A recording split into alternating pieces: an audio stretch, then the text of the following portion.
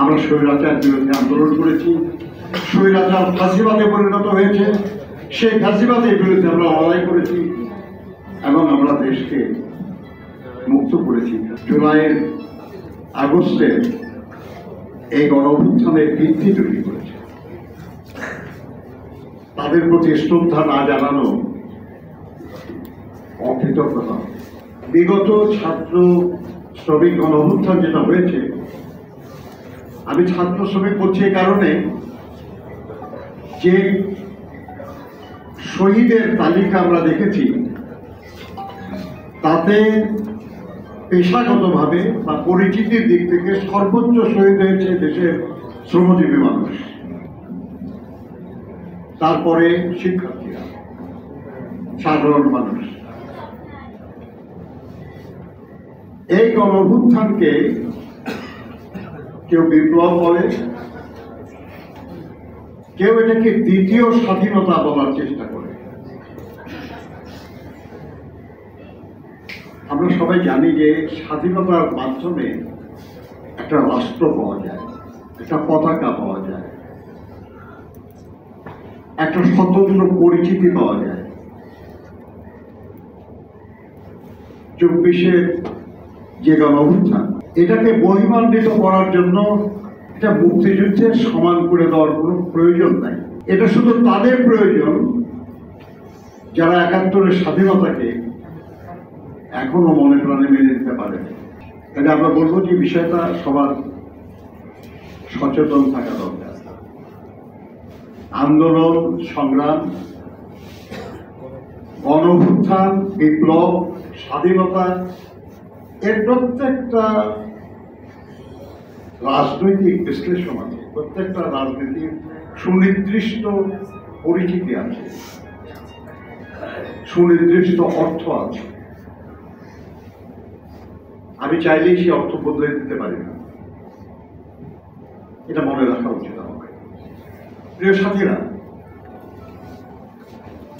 24-এর যে অভ্যুত্থান, সে অভ্যুত্থানে যারা শহীদ হয়েছেন, হাজারো শহীদ, তাদের সবার স্মৃতির প্রতি আমাদের গভীর শ্রদ্ধা। অনেকের নাম বহুল প্রচারিত, অনেকেই আমাদের স্মৃতির আড়ালে রয়ে গেছে। লেবার পার্টিরও 2জন নেতা, একজন শ্রমজীবী মানুষ ছিলেন শহীদ আওয়াল মিয়া, আরেকজন শিক্ষার্থী ছিলেন শহীদ নাইম হাওলাদার। সবার প্রতি, সবার স্মৃতির প্রতি আমরা শ্রদ্ধা জানাই। মহান আল্লাহর কাছে তাদের আত্মার মাগফিরাত কামনা করি। যারা আহত হয়েছেন, আমরা তাদের দ্রুত আরোগ্য কামনা করি। একই সাথে গত 16 বছর ধরে স্বৈরাচারের বিরুদ্ধে গণতন্ত্র পুনঃপ্রতিষ্ঠার জন্য লড়াই করতে গিয়ে যে হাজারো মানুষ গুম, খুন, বিচার বহির্ভূত হত্যার শিকার হয়েছে, আমরা তাদের হত্যার মাগফিরাত কামনা করি। যারা গুম হয়ে আছেন, অনেক বছর পরে অনেকেই মুক্ত হয়েছেন, যারা এখনো হন নাই, তাদের পরিবার, তাদের প্রতীক্ষা আছে। আমরা আল্লাহর কাছে দোয়া করি যেন তারা তাদের স্বজনদের ফিরে পায়, আর না পেলে আল্লাহ যেন তাদেরকেও বেশ নসিব করে। লক্ষ লক্ষ মানুষ দেশের হামলা মামলার শিকার হয়েছে, আহত হয়েছে, পঙ্গু হয়েছে, চোখ হারিয়েছে। এই মানুষগুলি জুলাইয়ের আগস্টে এই গণঅভ্যুত্থানের ভিত্তি তৈরি করেছে। তাদের প্রতি শ্রদ্ধা না জানানো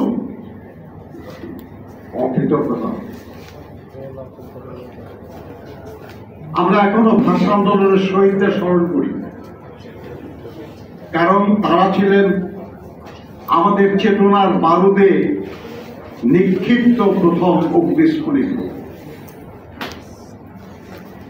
তারা আমাদের চেতনার বারুদে আগুন ধরিয়ে দিয়েছিলেন, যার ফলে আমরা আমাদের মাতৃভাষাকে রাষ্ট্রভাষা হিসেবে পেয়েছি। এবং ওই যে আমাদের সমুন্নত চেতনা, সেটাকে ধারণ করে আমরা মুক্তিযুদ্ধ করেছি। আর সেই মুক্তিযুদ্ধের চেতনাকে ধারণ করে আমরা 90-এর ছাত্র গণঅভ্যুত্থান করেছি। আর সেই চেতনার ধারাবাহিকতায় আমরা স্বৈরাচার বিরুদ্ধে আন্দোলন করেছি। স্বৈরাচার ফাঁসিবাদে পরিণত হয়েছে, সেই ফাঁসিবাদের বিরুদ্ধে আমরা লড়াই করেছি এবং আমরা দেশকে মুক্ত করেছি।